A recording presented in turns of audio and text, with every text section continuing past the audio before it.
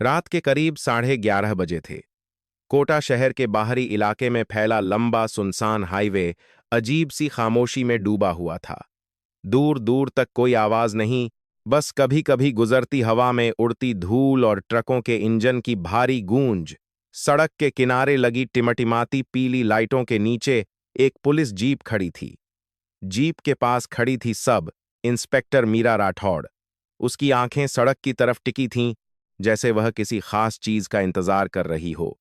उसके हाथ में वायरलेस था और दिल की धड़कनें सामान्य से तेज चल रही थीं। पिछले कई हफ्तों से उसे एक ही बात परेशान कर रही थी।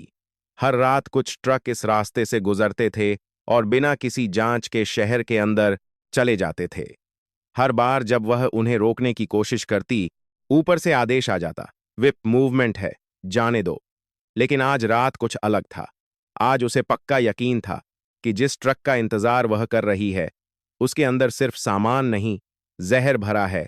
ऐसा जहर जो शहर के कॉलेजों और कोचिंग सेंटर्स में पढ़ने वाले हजारों छात्रों की जिंदगी बर्बाद कर सकता है। अचानक दूर अंधेरे में दो तेज हेडलाइटें दिखाई दीं। मीरा सीधी खड़ी हो गई। उसने सड़क के बीच जाकर हाथ उठाया। भारी भरकम ट्रक धीरे धीरे उसकी तरफ बढ़ने लगा। जैसे ही ट्रक करीब आया, उसने जोर से कहा, ट्रक साइड में लगाओ। ड्राइवर ने पहले अनसुना करने की कोशिश की, लेकिन मीरा सड़क के ठीक बीच खड़ी रही। मजबूर होकर ट्रक रुक गया। इंजन की आवाज धीमी हुई और धुआं हवा में फैल गया। मीरा ट्रक के पास गई और ड्राइवर की खिड़की पर दस्तक दी। कागज दिखाओ और ट्रक का दरवाजा खोलो। ड्राइवर घबराया हुआ लग रहा था। उसने जल्दी जल्दी फोन निकाला और किसी को कॉल करने लगा। मीरा ने सख्त आवाज में कहा, फोन नीचे रखो, पहले गाड़ी खोलो। ड्राइवर ने फोन कान से लगाए ही धीरे से कहा, साहब, पुलिस वाली रोक रही है। दूसरी तरफ से शायद कोई बहुत ताकतवर आदमी था, क्योंकि ड्राइवर की आंखों में अचानक घबराहट और बढ़ गई। तभी पीछे से एक और गाड़ी की हेडलाइट चमकी। एक पुलिस एसयूवी तेज रफ्तार से वहां आकर रुकी। दरवाजा खुला और उसमें से उतरे इंस्पेक्टर देवेंद्र चौहान। उनका चेहरा कठोर था और चाल में घमंड साफ दिखाई दे रहा था। उन्होंने आते ही मीरा की तरफ देखा और भारी आवाज में कहा, सब इंस्पेक्टर मीरा, तुम यहां क्या कर रही हो? मीरा ने बिना डरे जवाब दिया, सर, इस ट्रक की जांच करनी है। सूचना मिली है कि इसमें अवैध माल है। देवेंद्र हल्का सा मुस्कुराया, लेकिन वह मुस्कान तंज से भरी थी। तुम्हें कितनी बार समझाया है, ये वीप मूवमेंट है, ट्रक को जाने दो। मीरा ने सिर हिलाया, नहीं सर, पहले ट्रक खुलेगा। अगर सब ठीक हुआ तो मैं खुद जाने दूंगी। आसपास खड़े दो तीन कांस्टेबल एक दूसरे का चेहरा देखने लगे। हवा में तनाव साफ महसूस हो रहा था। देवेंद्र की आंखें सिकुड़ गईं। मीरा, ज्यादा होशियार बनने की जरूरत नहीं है, ऊपर से आदेश है। मीरा ने ट्रक के दरवाजे पर हाथ रखते हुए कहा, ऊपर से चाहे भगवान ही क्यों न कहे, अगर इस ट्रक में ड्रग्स हैं तो मैं इसे शहर में नहीं जाने दूंगी। कुछ सेकंड के लिए पूरी सड़क पर सन्नाटा छा गया। देवेंद्र का चेहरा गुस्से से लाल हो गया। उसने पास खड़े कांस्टेबल से कहा, इसे हटाओ यहां से। कांस्टेबल आगे बढ़े, लेकिन मीरा ने अपनी सर्विस रिवॉल्वर निकालकर नीचे की तरफ रखते हुए कहा, कोई भी आगे मत बढ़ना, यह जांच कानूनी है। देवेंद्र ने दांत भींचते हुए कहा, तुम अपनी सीमा भूल रही हो। मीरा की आवाज शांत थी, लेकिन शब्द बेहद सख्त थे। मेरी सीमा कानून है, सर, और इस शहर के बच्चे हैं। तभी ट्रक के पीछे अंधेरे में कुछ परछाइयां हिलती दिखाई दीं। दो आदमी धीरे धीरे आगे आए। उनके कपड़े साधारण थे, लेकिन उनकी चाल में खतरनाक आत्मविश्वास था। उनमें से एक ने देवेंद्र के कान में कुछ कहा। देवेंद्र ने मीरा की तरफ देखा और धीमे स्वर में बोला, आखिरी बार कह रहा हूं, हट जाओ। मीरा ने ट्रक के दरवाजे पर जोर से हाथ मारा। दरवाजा खोलो। उसी पल अंधेरे में एक चमक हुई, फिर एक तेज धमाका। गोली की आवाज रात की खामोशी को चीरती हुई गूंज गई। मीरा के शरीर को झटका लगा। उसकी आंखों में एक पल के लिए हैरानी उभरी, फिर उसका शरीर धीरे धीरे सड़क पर गिर गया। चारों तरफ अचानक अफरा तफरी मच गई। ट्रक का इंजन फिर से गरजने लगा। देवेंद्र ने तुरंत आसपास देखा, और कठोर आवाज में कहा, सब शांत रहो, कोई कुछ नहीं बोलेगा। कांस्टेबलों में से एक घबराकर बोला, साहब, मैडम की सांस। देवेंद्र ने ठंडे स्वर में कहा, 2 मिनट में बंद हो जाएगी। सड़क पर पड़ी मीरा की आंखें आधी खुली थीं। उसकी उंगलियां धीरे धीरे जमीन को पकड़ने की कोशिश कर रही थीं। शायद वह अभी भी जिंदा थी, शायद अभी भी लड़ रही थी, लेकिन कुछ ही पलों में सब खत्म हो गया। देवेंद्र ने वायरलेस उठाया और शांत स्वर में कहा, कंट्रोल, यहां एक हादसा हुआ है। सब इंस्पेक्टर मीरा राठौड़ को अज्ञात अपराधियों ने गोली मार दी। टीम भेजो। ट्रक धीरे धीरे आगे बढ़ गया, जैसे इस रात ने सब कुछ निगल लिया हो। कुछ घंटों बाद कोटा शहर के पुलिस स्टेशन के अंदर अजीब सा माहौल था। हर कोई चुप था, कोई किसी की आंखों में नहीं देख रहा था। कमरे के कोने में कांस्टेबल गोपाल मिश्रा खड़े थे। उन्होंने मीरा को ट्रेनिंग के समय से देखा था। वह जानते थे कि मीरा कैसी थी, जिद्दी, ईमानदार और डर से बिल्कुल अनजान। लेकिन आज वह ठंडी मेज पर पड़ी थी। गोपाल के हाथ कांप रहे थे। उन्होंने धीरे से जेब से मोबाइल निकाला और एक नंबर डायल किया। दूसरी तरफ कई बार घंटी बजी। फिर एक महिला की शांत आवाज सुनाई दी, हेलो। गोपाल की आवाज भारी थी। मैडम, मैं कांस्टेबल गोपाल मिश्रा बोल रहा हूं, कोटा पुलिस से। कुछ सेकंड की चुप्पी रही। कहिए। गोपाल ने गहरी सांस ली। मैडम, आपकी बहन सब इंस्पेक्टर मीरा राठौड़। शब्द उनके गले में अटक गए। फिर उन्होंने किसी तरह कहा, उनकी हत्या हो गई है। फोन के उस पार अचानक खामोशी छा गई, जैसे समय रुक गया हो। उस महिला का नाम था कर्नल काव्या राठौड़, भारतीय सेना की एक सख्त और बहादुर अधिकारी। कुछ सेकंड बाद उसकी आवाज आई, बहुत धीमी लेकिन पत्थर जैसी ठंडी। किसने? गोपाल जवाब नहीं दे पाए। काव्या ने बस इतना कहा, मैं आ रही हूं। अगली सुबह सूरज निकलने से पहले ही एक सैन्य जीप कोटा पुलिस स्टेशन के बाहर आकर रुकी। दरवाजा खुला। एक लंबी, मजबूत कद काठी वाली महिला नीचे उतरी। उसकी आंखों में थकान नहीं थी, सिर्फ ठंडा गुस्सा था। पुलिस स्टेशन के अंदर मौजूद हर आदमी अचानक चुप हो गया। इंस्पेक्टर देवेंद्र चौहान बाहर आए। उनके चेहरे पर बनावटी सहानुभूति थी। कर्नल साहिबा, हमें बहुत अफसोस है। काव्या ने उनकी आंखों में सीधे देखा। कुछ पल तक दोनों के बीच कोई शब्द नहीं बोले गए। फिर काव्या ने धीरे से कहा, मेरी बहन कहाँ है? देवेंद्र ने इशारा किया। अंदर। काव्या कमरे के अंदर गई। स्टील की मेज पर सफेद चादर के नीचे मीरा का शरीर पड़ा था। काव्या ने चादर उठाई। कुछ सेकंड तक वह सिर्फ अपनी बहन के चेहरे को देखती रही। फिर उसने धीरे से चादर वापस ढक दी। उसकी तान देख से एकसान था, मिस्तार के तान दे। आंखों में आंसू नहीं थे। वह मुड़ी और देवेंद्र के सामने आकर खड़ी हो गई। उसकी आवाज शांत थी, लेकिन पूरे कमरे में गूंज गई। मेरी बहन डरती नहीं थी। देवेंद्र ने सिर हिलाया। हां, बहुत बहादुर थी। काव्या ने अगला वाक्य धीरे धीरे बोला, और जिसने उसे मारा है वह अभी जिंदा है। कमरे में खड़े हर आदमी ने एक दूसरे की तरफ देखा। काव्या की नजर सीधे देवेंद्र की आंखों में थी। आज से यह सिर्फ एक हत्या का मामला नहीं है, उसने कहा।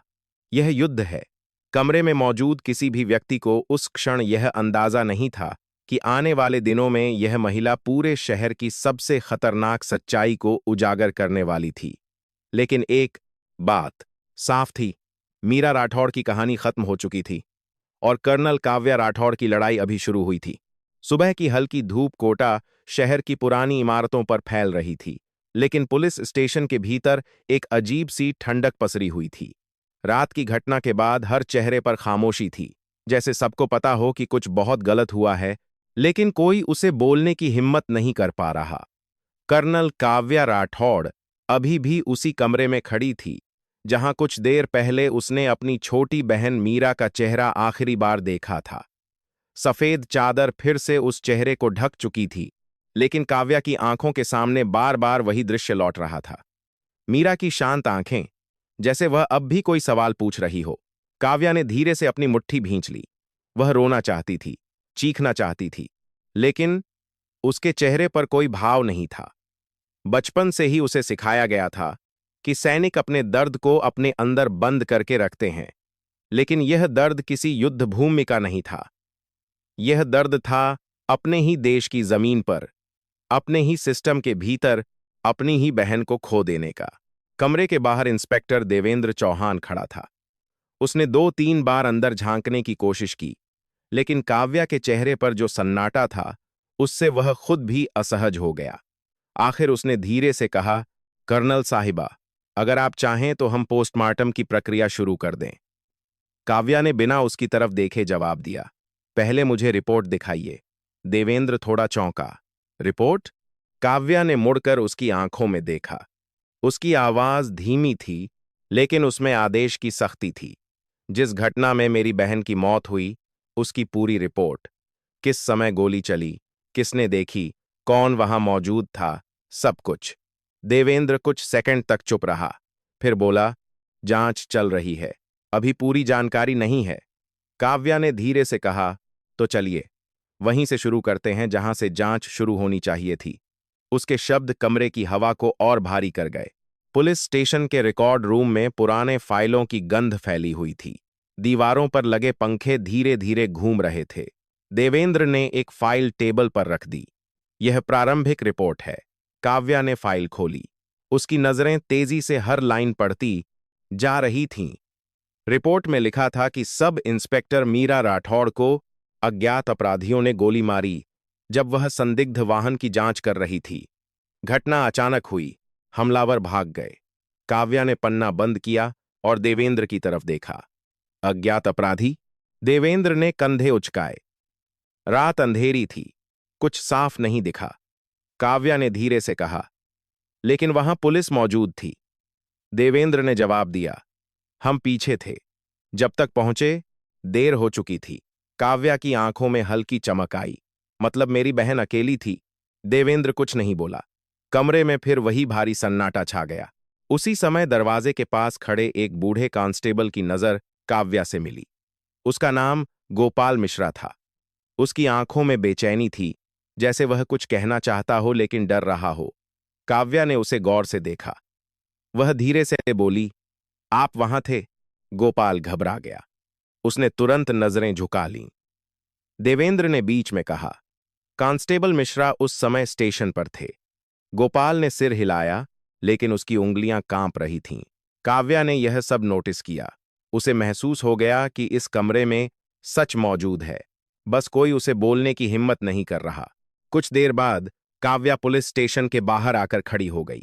सुबह अब पूरी तरह उजाला बन चुकी थी। सड़क पर लोग अपने अपने काम पर जा रहे थे, जैसे इस शहर को पता ही न हो कि रात को क्या हुआ है। काव्या ने गहरी सांस ली। अचानक पीछे से धीमी आवाज आई, मैडम। वह मुड्डी। वही बूढ़े कांस्टेबल गोपाल थे। वह चारों तरफ देखकर धीरे से बोले, अगर आप सच जानना चाहती हैं तो यहां नहीं। काव्या ने बिना कुछ कहे उसकी तरफ देखा। गोपाल ने कांपती आवाज में कहा, आपकी बहन बहुत बहादुर थी, शायद जरूरत से ज्यादा। काव्या के चेहरे पर पहली बार हल्की भावनात्मक रेखा उभरी। मतलब? गोपाल ने धीरे से कहा, वह पिछले कई महीनों से कुछ बड़ा पता लगाने की कोशिश कर रही थी। वे दोनों पुलिस स्टेशन से थोड़ी दूर एक पुराने चाय के ढाबे पर बैठे। ढाबे के आसपास सुबह की चहल पहल थी, लेकिन गोपाल की आवाज इतनी धीमी थी कि कोई सुन नहीं सकता था।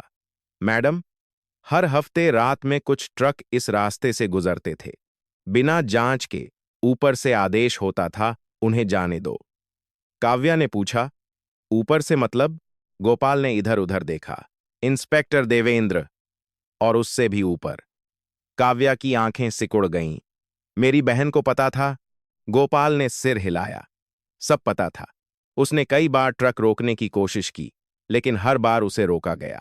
काव्या ने धीमे स्वर में कहा, फिर भी वह रुकी नहीं। गोपाल की आंखें भर आईं। नहीं मैडम, वह नहीं रुकी।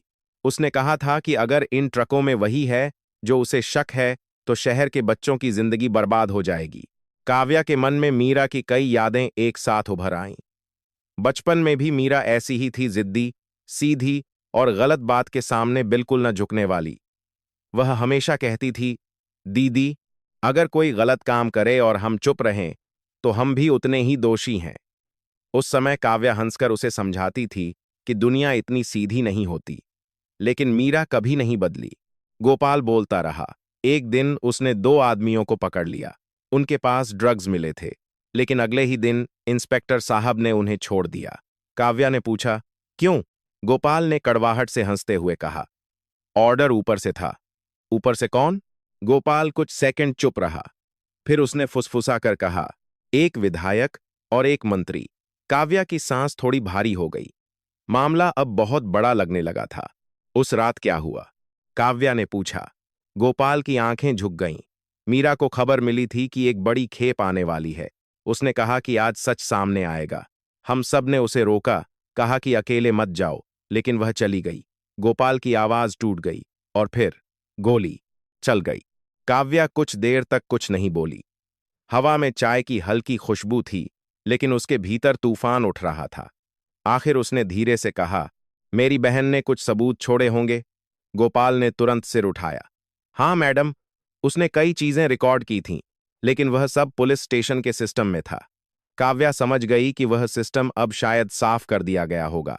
उसी समय ढाबे के पास एक मोटरसाइकिल आकर रुकी। एक युवा पुलिस अधिकारी उतरा। उसकी नजर सीधे काव्या पर गई। वह धीरे धीरे पास आया और बोला, कर्नल काव्या राठौड़। काव्या ने उसकी तरफ देखा। आप कौन?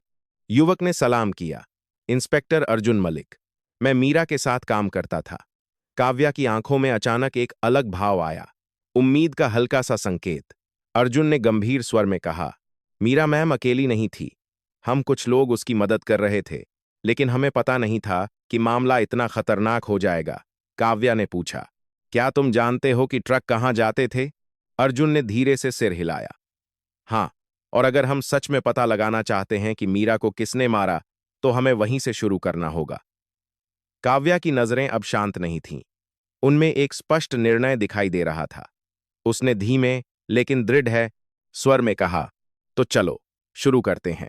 उस पल अर्जुन को समझ आ गया कि यह सिर्फ एक बहन का दुख नहीं है, यह एक युद्ध की शुरुआत है, और इस युद्ध में अब पीछे हटने का कोई रास्ता नहीं था। कोटा शहर की दोपहर धीरे धीरे शाम में बदल रही थी, लेकिन कर्नल काव्या राठौड़ के भीतर समय जैसे ठहर गया था। सुबह से अब तक जो कुछ उसने सुना था, वह उसके मन में बार बार घूम रहा था। मीरा की मौत अब सिर्फ एक दुखद घटना नहीं लग रही थी, बल्कि एक ऐसी साजिश का हिस्सा थी जिसकी जड़ें शहर की गहराई तक फैली हुई थीं। ढाबे की उस छोटी सी मेज पर बैठकर उसने पहली बार महसूस किया कि उसकी बहन कितनी बड़ी लड़ाई लड़ रही थी और कितनी अकेली थी। इंस्पेक्टर अर्जुन मलिक उसके सामने खड़ा था। उसकी आंखों में थकान थी, लेकिन साथ ही एक अजीब सा संकल्प भी। वह बोला, मैडम, अगर हमें सच तक पहुंचना है, तो हमें वहीं जाना होगा जहां से ये सब शुरू होता है। काव्या ने धीरे से पूछा, कहाँ? अर्जुन ने शहर की तरफ देखते हुए कहा, कोटा के कॉलेज और कोचिंग सेंटर्स, वही जगह जहां ये जहर फैलाया जा रहा है। कुछ देर बाद उनकी गाड़ी शहर के सबसे व्यस्त इलाके में पहुंच चुकी थी। यहां सैकड़ों कोचिंग सेंटर थे। हजारों छात्र हर साल सपने लेकर यहां आते थे, डॉक्टर बनने के, इंजीनियर बनने के, अपने परिवार की जिंदगी बदलने के। लेकिन अर्जुन की आंखों में चिंता थी।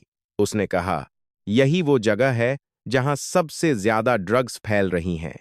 काव्या ने आसपास देखा। सड़क पर हंसते हुए छात्र, चाय की दुकानों पर भीड़, किताबों से भरे बैग, बाहर से सब कुछ सामान्य लग रहा था। लेकिन अर्जुन ने धीरे से कहा, मीरा मैम कहती थीं कि असली खतरा वही होता है जो दिखाई नहीं देता। वे दोनों एक छोटे से कॉलेज कैंपस के पास रुके। अर्जुन ने कार पार्क की और धीरे से कहा, हम सीधे पूछताछ नहीं कर सकते। अगर किसी को शक हो गया तो खबर तुरंत ऊपर तक पहुंच जाएगी। काव्या ने सिर हिलाया। तो हम देखते हैं और सुनते हैं। कैंपस के भीतर शाम की हलचल थी। कुछ छात्र मैदान में बैठे थे, कुछ लाइब्रेरी की तरफ जा रहे थे। लेकिन अर्जुन की नजर अचानक एक कोने पर टिक गई। वहां 4-5 लड़के एक साथ बैठे थे। उनकी हरकतें असामान्य थीं, घबराहट, बार बार इधर उधर देखना और फिर जल्दी से कुछ छुपा लेना। अर्जुन धीरे धीरे उस तरफ बढ़ा। काव्या थोड़ी दूरी पर खड़ी रही। अर्जुन ने पास जाकर शांत आवाज में कहा, क्या कर रहे हो यहां? लड़के अचानक चौंक गए। उनमें से एक ने घबराकर कहा, कुछ नहीं सर, बस बैठे हैं। अर्जुन ने जमीन की तरफ देखा। वहां एक छोटा सा पैकेट पड़ा था। उसने पैकेट उठाया और खोलकर देखा। उसके अंदर सफेद पाउडर था। लड़कों के चेहरे सफेद पड़ गए। अर्जुन ने सख्त आवाज में कहा, "ये कहां से मिला?" कोई जवाब नहीं आया। काव्या धीरे धीरे उनके पास आ गई। उसकी आंखों में गुस्सा नहीं था, लेकिन उसकी मौजूदगी ही काफी थी। उसने शांत स्वर में पूछा, "किसने दिया?" लड़कों में से एक अचानक रो पड़ा। उसकी उम्र मुश्किल से 18-19 साल होगी। उसने कांपती आवाज में कहा, "पहले मुफ्त में देते हैं, फिर पैसे मांगते हैं, फिर धमकाते हैं।" काव्या ने धीरे से पूछा, "कौन?" लड़के ने डरते हुए कहा, "ट्रक वाले। रात में आते हैं, पीछे वाले गोदाम में।" काव्या के दिल की धड़कन थोड़ी तेज हो गई। वही ट्रक, वही गोदाम, वही रास्ता जहां मीरा खड़ी थी उस रात। अर्जुन ने लड़कों को सख्त चेतावनी दी और उन्हें जाने दिया। जैसे ही वे वहां से हटे, अर्जुन ने धीमे स्वर में कहा, "मीरा मैम यही कहती थीं कि ड्रग्स सीधे कॉलेजों तक पहुंच रही हैं।" काव्या कुछ पल तक चुप रही। उसके सामने मीरा की तस्वीर फिर से उभर आई, वर्दी में खड़ी, जिद्दी आंखें, और वही आवाज, "दीदी, अगर हम चुप रहे तो ये लोग पूरे शहर को बर्बाद कर देंगे।" काव्या ने गहरी सांस ली, तो उसने सही कहा था।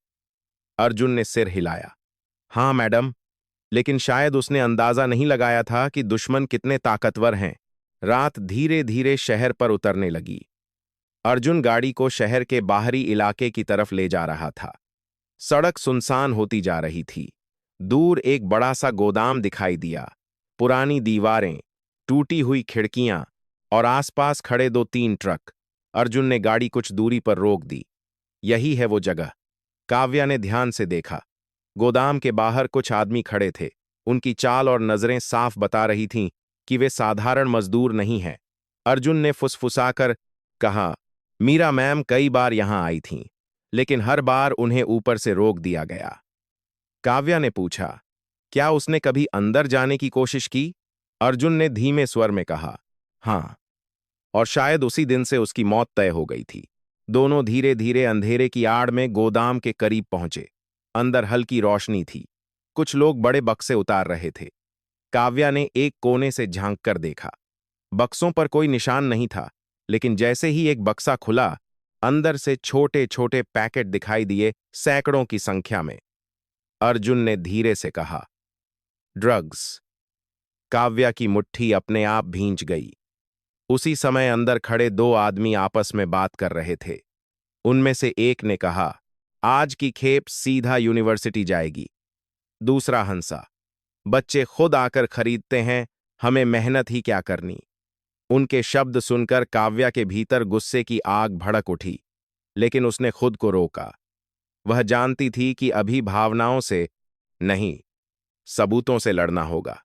अचानक गोदाम के बाहर एक कार आकर रुकी। अर्जुन और काव्या तुरंत पीछे हट गए। कार से उतरा एक आदमी सूट पहने, चेहरे पर घमंड साफ दिखाई दे रहा था। अर्जुन ने धीरे से कहा, "एमएलए राघव प्रताप सिंह।" काव्या की आंखें सिकुड़ गईं। उसी समय गोदाम के अंदर से इंस्पेक्टर देवेंद्र भी बाहर आया। दोनों ने हाथ मिलाया। अर्जुन ने फुसफुसाकर कहा, "देखा आपने, पुलिस और राजनीति दोनों साथ हैं।"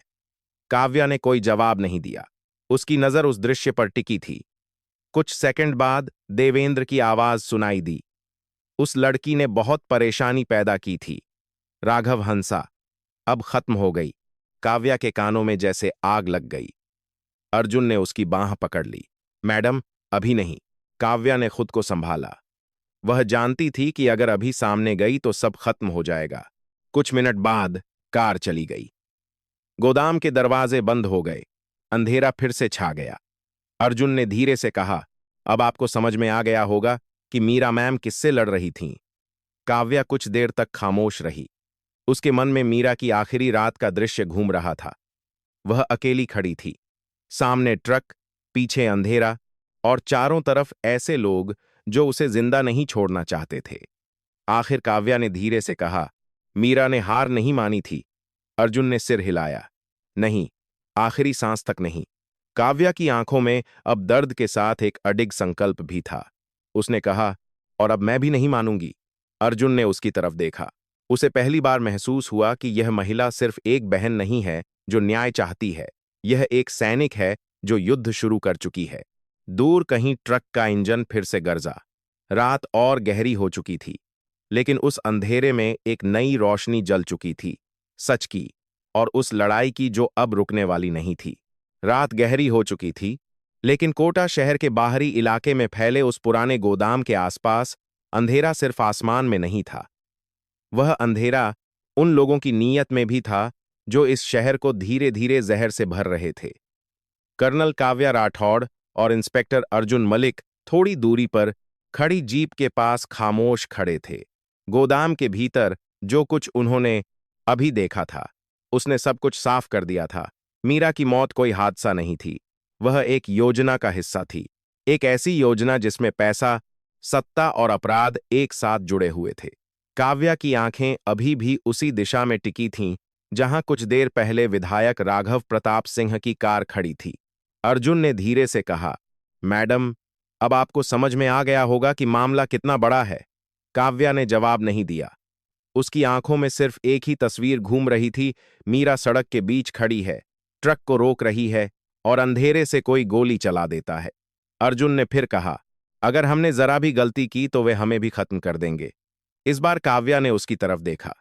उसकी आवाज धीमी थी, लेकिन उसमें लोहे जैसी कठोरता थी। अगर डरना होता तो मैं यहां आती ही नहीं। दोनों जीप में बैठ गए और शहर की तरफ लौटने लगे। रास्ते भर खामोशी छाई रही। कोटा की सड़कों पर रात का सन्नाटा था, लेकिन काव्या के भीतर तूफान चल रहा था। उसे अपनी बहन का चेहरा बार बार याद आ रहा था। बचपन की यादें भी साथ साथ उभर रही थीं। मीरा हमेशा उससे कहती थी, दीदी, आप देश की सीमा पर लड़ती हो, लेकिन मैं भी यहां अपने शहर के लिए लड़ूंगी। उस समय काव्या हंस देती थी, लेकिन आज उसे महसूस हो रहा था कि मीरा सच में एक सैनिक थी। फर्क सिर्फ इतना था कि उसकी लड़ाई सीमा पर नहीं, बल्कि अपने ही शहर के भीतर थी। जीप पुलिस स्टेशन के पास पहुंची तो अर्जुन ने गाड़ी रोक दी। मैडम, अगर हम सीधे सिस्टम के खिलाफ जाएंगे तो वे हमें रोक देंगे। हमें सबूत चाहिए, काव्या ने धीरे से कहा। मीरा ने जरूर कुछ छोड़ा होगा। दोनों पुलिस स्टेशन के रिकॉर्ड रूम में पहुंचे। रात के उस समय वहां कोई नहीं था। अर्जुन ने दरवाजा धीरे से बंद किया और कंप्यूटर सिस्टम चालू किया। स्क्रीन की हल्की रोशनी कमरे में फैल गई। अर्जुन तेजी से फाइलें खोलने लगा। मीरा मैम हर चीज एक्सिस्टम कोडेंट रकल की आशय रिकॉर्ड करती थीं, उसने कहा। अगर उन्होंने कुछ पाया था तो जरूर कहीं सेव किया होगा। कई मिनट तक वे फाइलें खोजते रहे, लेकिन हर फोल्डर खाली था। अर्जुन के माथे पर पसीना आ गया। सब डिलीट कर दिया गया है, उसने धीमे से कहा। काव्या ने स्क्रीन की तरफ देखा। कुछ सेकंड तक वह बिल्कुल शांत रही, फिर बोली, जो लोग इतने बड़े खेल में शामिल होते हैं वे हमेशा एक गलती करते हैं। अर्जुन ने पूछा, कौन सी? काव्या ने कहा, उन्हें लगता है कि वे सब कुछ मिटा सकते हैं। अर्जुन ने सिस्टम के बैकअप फोल्डर में खोज शुरू की। अचानक स्क्रीन पर एक लॉग्ड फाइल दिखाई दी। अर्जुन की आंखों में चमक आ गई। मैडम, ये देखिए। फाइल पासवर्ड से सुरक्षित थी। अर्जुन ने कई बार कोशिश की, लेकिन पासवर्ड नहीं खुला। उसने निराश होकर कहा, शायद हमें कभी पता नहीं चलेगा कि इसमें क्या है। काव्या कुछ पल तक स्क्रीन को देखती रही, फिर उसने धीरे से कीबोर्ड पर टाइप किया, मीरा @1998। अर्जुन ने हैरानी से उसकी तरफ देखा। अगले ही पल फाइल खुल गई। स्क्रीन पर एक वीडियो चलने लगा। वीडियो में वही गोदाम दिखाई दे रहा था जो उन्होंने कुछ देर पहले देखा था। कैमरा शायद किसी कोने में छिपाकर लगाया गया था। वीडियो में इंस्पेक्टर देवेंद्र और कुछ आदमी बड़े बक्से खोल रहे थे। उनके अंदर ड्रग्स के पैकेट साफ दिखाई दे रहे थे। फिर कैमरा थोड़ा हिला और दूसरी तरफ का दृश्य दिखा। विधायक राघव प्रताप सिंह और एक और आदमी वहां खड़े थे। अर्जुन ने धीरे से कहा, ये मंत्री अरविंद तिवारी है। वीडियो में उनकी आवाज भी रिकॉर्ड थी। राघव कह रहा था, अगर यह रास्ता खुला रहा तो अगले साल हम करोड़ों कमाएंगे। मंत्री हंस रहा था। और पुलिस? राघव ने जवाब दिया, देवेंद्र संभाल लेगा। वीडियो खत्म हुआ तो कमरे में गहरा सन्नाटा छा गया। अर्जुन की आंखों में गुस्सा था। मीरा मैम ने सबूत जुटा लिए थे, इसीलिए उन्होंने उन्हें मार दिया। काव्या ने धीरे से स्क्रीन बंद कर दी। उसकी आंखों में अब दुख के साथ एक कठोर शांति। केसी बाजत तैसी धारा थोड़ा साध के समय में काली की सीधे भी थी। यह सिर्फ शुरुआत है। उसने कहा। अर्जुन ने पूछा, मतलब? काव्या ने जवाब दिया, अब वे जानते हैं कि हम सच के करीब हैं। जैसे ही उसने यह कहा, अचानक रिकॉर्ड रूम के बाहर हल्की आहट हुई। अर्जुन तुरंत सतर्क हो गया। उसने दरवाजे की तरफ देखा। बाहर से किसी के कदमों की आवाज आ रही थी। अर्जुन ने फुसफुसाकर कहा, कोई आ रहा है। अगले ही पल दरवाजा जोर से खुला। सामने इंस्पेक्टर देवेंद्र खड़ा था। उसके साथ दो पुलिस वाले और थे। उसके चेहरे पर वही घमंडी मुस्कान थी। कर्नल साहिबा। रात के इस समय रिकॉर्ड रूम में? काव्या बिल्कुल शांत खड़ी रही। देवेंद्र अंदर आया और कंप्यूटर स्क्रीन की तरफ देखा। उसकी आंखें एक पल के लिए सिकुड़ गईं। सरकारी सिस्टम में बिना अनुमति घुसना अपराध है, उसने कहा। अर्जुन ने गुस्से से कहा, अपराध तो वो है जो आपने किया है। देवेंद्र ने ठंडी हंसी हंसी, तुम्हें लगता है कि तुम कुछ साबित कर सकते हो? काव्या ने पहली बार सीधा जवाब दिया, हां। देवेंद्र की मुस्कान गायब हो गई। तुम्हारी बहन भी यही सोचती थी, उसने धीमे स्वर में कहा। लेकिन देखो उसका क्या हुआ। कमरे में तनाव इतना बढ़ गया कि हवा भारी लगने लगी। अर्जुन आगे बढ़ा, लेकिन काव्या ने उसे रोक दिया। उसने देवेंद्र की आंखों में देखते हुए कहा, सच को मारना इतना आसान नहीं होता। देवेंद्र ने कुछ सेकंड तक उसे देखा, फिर बोला, देखते हैं। वह मुड्डा और दरवाजे से बाहर चला गया। उसके कदमों की आवाज धीरे धीरे दूर होती गई। अर्जुन ने गहरी सांस ली। अब वह हमें छोड़ने वाला नहीं है, काव्या ने धीरे से कहा। अच्छा है। अर्जुन ने चौंककर पूछा, अच्छा? काव्या की आंखों में अब वही दृढ़ता थी जो एक सैनिक के भीतर युद्ध से पहले होती है। उसने कहा, क्योंकि अब यह लड़ाई खुलकर होगी। अर्जुन ने पहली बार महसूस किया कि यह महिला सिर्फ न्याय नहीं चाहती, वह पूरी व्यवस्था को चुनौती देने जा रही है। और उस रात कोटा शहर के ऊपर फैले अंधेरे के बीच एक ऐसी लड़ाई शुरू हो चुकी थी जो सिर्फ अपराधियों के खिलाफ नहीं थी, बल्कि उस पूरे सिस्टम के खिलाफ थी जिसने मीरा राठौड़ जैसी ईमानदार पुलिस अधिकारी को मरने के लिए अकेला छोड़ दिया था। रात के उस टकराव के बाद कोटा शहर का माहौल पहले जैसा नहीं रहा था। पुलिस स्टेशन की इमारत बाहर से वही थी, दीवारें वही थीं, कमरे वही थे, लेकिन कर्नल काव्या राठौड़ की नजरों में अब सब कुछ बदल चुका था। उसे साफ दिखाई दे रहा था कि यह सिर्फ एक हत्या का मामला नहीं था। यह एक ऐसा जाल था जिसमें सत्ता, पैसा और अपराध एक साथ उलझे हुए थे। रिकॉर्ड रूम से बाहर निकलते समय अर्जुन मलिक के मन में डर और गुस्सा दोनों थे। उसने धीमी आवाज में कहा, मैडम, अगर देवेंद्र को पता चल गया कि हमारे पास वीडियो है तो वह कुछ भी कर सकता है। काव्या ने शांत स्वर में जवाब दिया, उसे पहले ही पता चल चुका है। अर्जुन ने उसकी तरफ देखा, तो अब? काव्या ने कुछ सेकंड चुप रहकर कहा, अब हमें उससे भी ऊपर जाना होगा। अगली सुबह शहर में सूरज उगा, लेकिन काव्या ने रात भर आंख नहीं झपकी थी। वह होटल के कमरे में बैठी मीरा की पुरानी तस्वीर को देख रही थी। फोटो में मीरा हंस रही थी, पुलिस वर्दी में, आंखों में वही चमक जो बचपन से उसके भीतर थी। काव्या के मन में अचानक एक याद उभरी। जब मीरा पुलिस ट्रेनिंग के लिए जा रही थी तो उसने मजाक में कहा था, दीदी, आप सीमा पर दुश्मनों से लड़ती हो और मैं शहर के अंदर वालों से लड़ूंगी। उस समय दोनों हंस पड़ी थीं, लेकिन आज उस हंसी की जगह एक गहरा दर्द था। काव्या ने धीरे से फोटो को टेबल पर रखा और फुसफुसाई, मैंने वादा किया था कि मैं हमेशा तुम्हारे साथ रहूंगी, और आज भी हूं। इसी बीच अर्जुन कमरे में आया। उसके चेहरे पर चिंता साफ दिखाई दे रही थी। मैडम, एक खबर है। काव्या ने उसकी तरफ देखा। अर्जुन ने कहा, रात की घटना के बाद शहर में कुछ अजीब हो रहा है। पुलिस स्टेशन में कई फाइलें अचानक गायब कर दी गई हैं। काव्या ने धीमे स्वर में कहा, उन्हें डर लग रहा है। अर्जुन ने सिर हिलाया, और शायद यही वजह है कि वे जल्दी कोई बड़ा कदम उठाने वाले हैं। काव्या कुछ पल सोचती रही, फिर बोली, तो हमें उससे पहले कदम उठाना होगा। उसी समय काव्या का फोन बजा।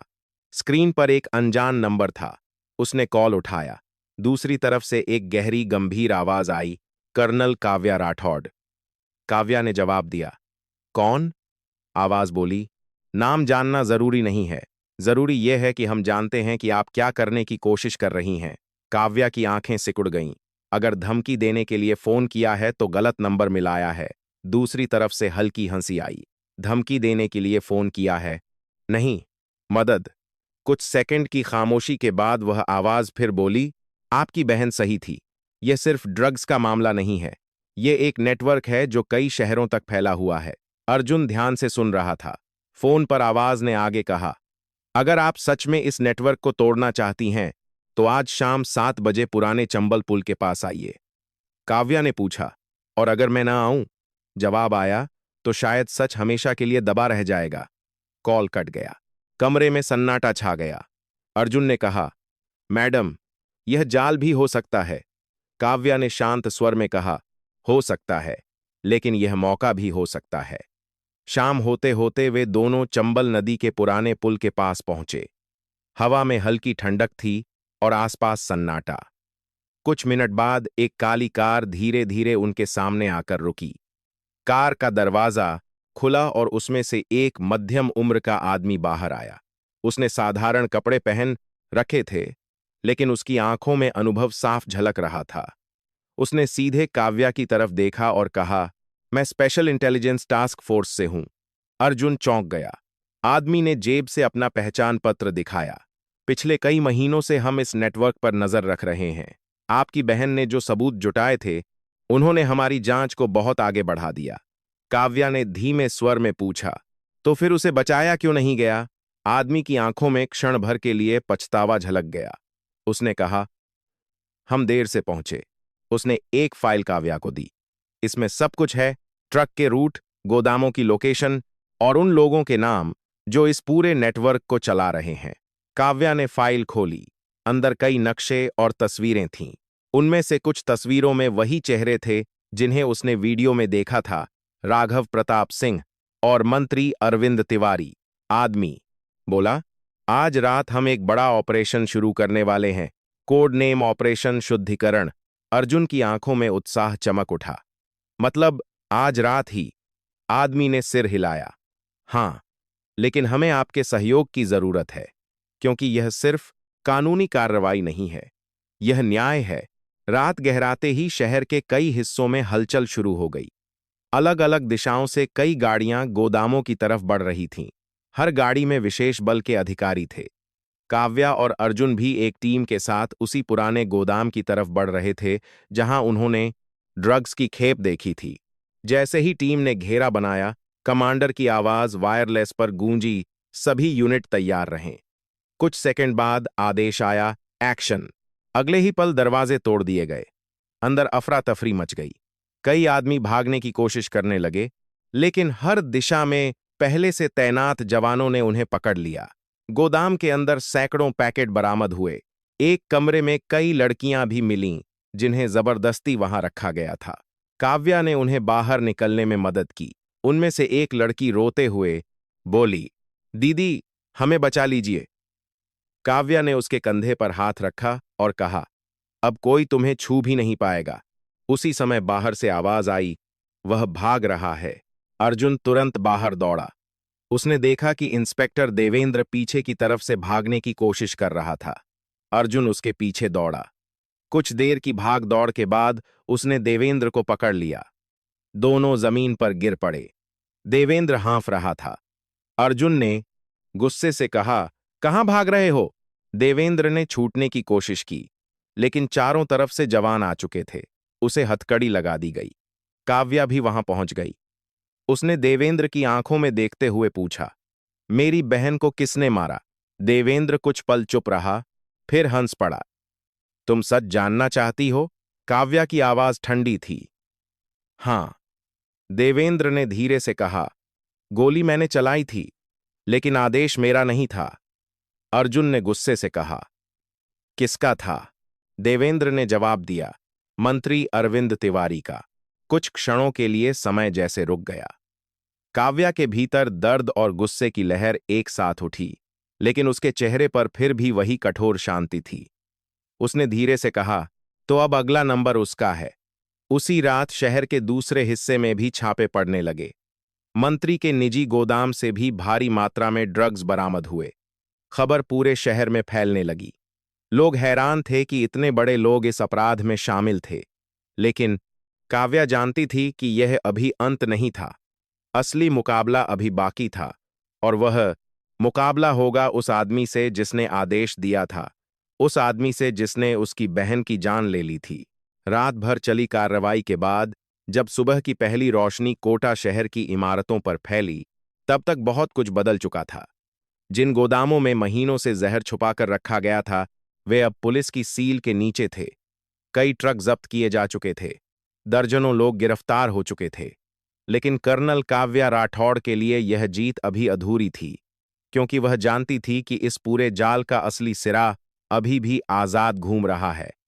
मंत्री अरविंद तिवारी, उसी आदमी ने आदेश दिया था जिसने उसकी बहन मीरा की जान ले ली थी। सुबह के लगभग 9 बजे थे। पुलिस स्टेशन के बाहर मीडिया की भीड़ जमा होने लगी थी। कैमरे, माइक्रोफोन और सवालों की गूंज हर तरफ फैल रही थी। खबर आग की तरह पूरे शहर में फैल चुकी थी कि एक बड़े ड्रग्स नेटवर्क का पर्दाफाश हुआ है। लेकिन काव्या इन सब से दूर खड़ी थी। उसकी आंखों में कोई उत्साह नहीं था, सिर्फ एक गहरी थकान और एक अधूरा दर्द था। इंस्पेक्टर अर्जुन मलिक उसके पास आया। मैडम, देवेंद्र ने बयान दे दिया है, उसने कहा। काव्या ने धीमे स्वर में पूछा, क्या कहा उसने? अर्जुन ने जवाब दिया, उसने स्वीकार किया है कि गोली उसी ने चलाई थी, लेकिन आदेश मंत्री अरविंद तिवारी का था। काव्या ने कुछ सेकंड तक आंखें बंद कर लीं। उसके मन में मीरा की आखिरी रात का दृश्य फिर से उभर आया। वह अकेली खड़ी थी, ट्रक के सामने, सच के लिए लड़ते हुए। और फिर एक गोली, जिसने सब खत्म कर दिया। काव्या ने आंखें खोलीं और शांत स्वर में कहा, तो अब अगला कदम साफ है। अर्जुन ने सिर हिलाया। मंत्री के खिलाफ गिरफ्तारी वारंट तैयार हो रहा है। उसी समय पुलिस स्टेशन के बाहर अचानक हलचल मच गई। कई काली गाड़ियां तेज रफ्तार से वहां आकर रुकीं। उनमें से सुरक्षा गार्ड उतरे और उनके बीच से एक आदमी बाहर आया, सूट पहने, चेहरे पर वही घमंडी मुस्कान। वह था मंत्री अरविंद तिवारी। वह सीधे पुलिस स्टेशन के अंदर आया और ऊंची आवाज में बोला, यह सब क्या तमाशा है? उसके पीछे खड़े कुछ लोग मोबाइल पर वीडियो बना रहे थे। तिवारी ने चारों तरफ देखते हुए कहा, किसने मेरे गोदाम पर छापा मारने की हिम्मत की? अर्जुन आगे बढ़ा, यह कार्रवाई कानून के तहत हुई है। तिवारी हंस पड़ा, कानून? तुम लोग जानते हो मैं कौन हूं? उसी समय काव्या धीरे धीरे आगे आई। उसकी आंखें सीधे तिवारी की आंखों में थीं। कमरे में मौजूद हर आदमी अचानक चुप हो गया। तिवारी ने उसे ऊपर से नीचे तक देखा और तिरस्कार से बोला, आप वही कर्नल है ना, जिसकी बहन की मौत हुई है? उसके शब्दों में सहानुभूति नहीं, बल्कि व्यंग्य था। काव्या की आवाज बेहद शांत थी। मेरी बहन की हत्या हुई है। तिवारी ने कंधे उचकाए। दुर्भाग्यपूर्ण है, लेकिन इसका मुझसे क्या लेना देना? अर्जुन ने मेज पर एक फाइल रखी। इससे फाइल के अंदर वीडियो की कॉपी थी। तिवारी का चेहरा एक पल के लिए कठोर हो गया, लेकिन उसने तुरंत खुद को संभाल लिया। फर्जी है, उसने कहा। आजकल तकनीक से कुछ भी बनाया जा सकता है। काव्या ने धीरे से कहा, शायद, लेकिन देवेंद्र ने सब कबूल कर लिया है। तिवारी की आंखों में पहली बार हल्की बेचैनी दिखाई दी। फिर भी उसने आवाज ऊंची करके कहा, तुम लोग मुझे गिरफ्तार नहीं कर सकते। अर्जुन ने सामने बढ़कर कहा, हम कर सकते हैं। उसने कागज उठाया। मंत्री अरविंद तिवारी, आपको ड्रग्स तस्करी, आपराधिक साजिश और हत्या के आदेश देने के आरोप में गिरफ्तार किया जाता है। कमरे में सन्नाटा छा गया। तिवारी के चेहरे पर अब गुस्सा साफ दिखाई दे रहा था। उसने चिल्लाकर कहा, यह राजनीतिक साजिश है। लेकिन इस बार उसकी आवाज में पहले जैसी ताकत नहीं थी। पुलिसकर्मियों ने आगे बढ़कर उसे घेर लिया। हथकड़ी लगने की आवाज कमरे में गूंज गई। कुछ देर बाद जब तिवारी को बाहर ले जाया जा रहा था, उसने मुड़कर काव्या की तरफ देखा और कहा, तुम्हें लगता है तुम जीत गई? काव्या ने कोई जवाब नहीं दिया। उसकी आंखों में अब सिर्फ एक शांति थी। वह जानती थी कि यह जीत उसकी नहीं है। यह जीत उस सच की है जिसके लिए उसकी बहन ने अपनी जान दी थी। उस दिन दोपहर को पूरे शहर में एक खबर फैल गई। कोटा के सबसे बड़े ड्रग्स नेटवर्क का भंडाफोड़ हो चुका था। कई बड़े नाम गिरफ्तार हो चुके थे। कॉलेजों और कोचिंग सेंटर्स के आसपास से ड्रग्स की सप्लाई बंद हो गई थी। लोग टीवी चैनलों पर चर्चा कर रहे थे, अखबारों में खबरें छप रही थीं। लेकिन काव्या उस सबसे दूर थी। शाम को वह शहर के बाहर बने छोटे से स्मारक पर पहुंची, जहां मीरा के सम्मान में फूल रखे गए थे। हवा हल्की थी और सूरज ढल रहा था। काव्या ने धीरे से फूल रखे और कुछ पल तक चुप खड़ी रही। अर्जुन भी उसके पीछे खड़ा था। उसने धीरे से कहा, मैडम, आपकी बहन ने सच में बहुत बड़ी लड़ाई लड़ी थी। काव्या की आंखें स्मारक पर टिकी थीं। उसने कहा, वह हमेशा कहती थी कि अगर एक भी बच्चा इस जहर से बच गया तो उसकी लड़ाई सफल होगी। कुछ पल बाद उसने आसमान की तरफ देखा और धीमे स्वर में कहा, मीरा, तुम्हारी लड़ाई खत्म नहीं हुई है, यह अभी शुरू हुई है। हवा में जैसे एक अजीब सी शांति फैल गई। अर्जुन ने महसूस किया कि काव्या के चेहरे पर पहली बार दर्द के साथ गर्व भी है, क्योंकि उसकी बहन हारकर नहीं गई थी, वह सच के लिए लड़ते हुए गई थी। काव्या धीरे धीरे वापस मुड़ी। शहर की रोशनी दूर से चमक रही थी, लेकिन उसके दिल में अब एक नया संकल्प था। उसने अर्जुन से कहा, यह शहर अब पहले जैसा नहीं रहेगा। अर्जुन ने मुस्कुराकर सिर हिलाया, नहीं मैडम, क्योंकि अब लोग सच जानते हैं। कुछ दिनों बाद मीरा राठौड़ को मरणोपरांत सम्मान दिया गया। समारोह में कई लोग आए, छात्र, नागरिक, अधिकारी। सभी उस बहादुर पुलिस अधिकारी को याद कर रहे थे जिसने अपने कर्तव्य के लिए जान दे दी। काव्या मंच पर खड़ी थी। उसने भीड़ की तरफ देखा और शांत आवाज में कहा, मेरी बहन ने जो किया वह सिर्फ एक पुलिस अधिकारी का काम नहीं था, वह एक नागरिक का कर्तव्य था। अगर हम सब गलत के खिलाफ खड़े हों तो कोई भी सिस्टम हमें रोक नहीं सकता। भीड़ में तालियां गूंज उठीं।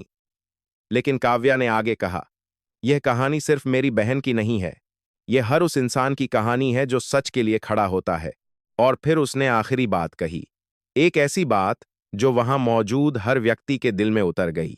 अगर आपको लगता है कि सच के लिए लड़ना जरूरी है, तो इस कहानी को याद रखिए, और जहां भी गलत दिखे वहां चुप मत रहिए। दोस्तों, अगर आपको यह कहानी इंसाफ और साहस की कहानी लगी, अगर आपको लगता है कि सच के लिए खड़े होना सबसे बड़ी ताकत है, तो इस कहानी को आगे जरूर शेयर कीजिए, ताकि हर कोई जान सके कि एक इंसान का साहस पूरे सिस्टम को बदल सकता है। और अगर आप ऐसी और कहानियां सुनना चाहते हैं जहां सच अंत में जीतता है, तो चैनल को लाइक, शेयर और सब्सक्राइब करना मत भूलिए, क्योंकि हर कहानी हमें यह याद दिलाती है कि अंधेरा कितना भी गहरा क्यों ना हो, एक चिंगारी उसे मिटाने के लिए काफी होती है।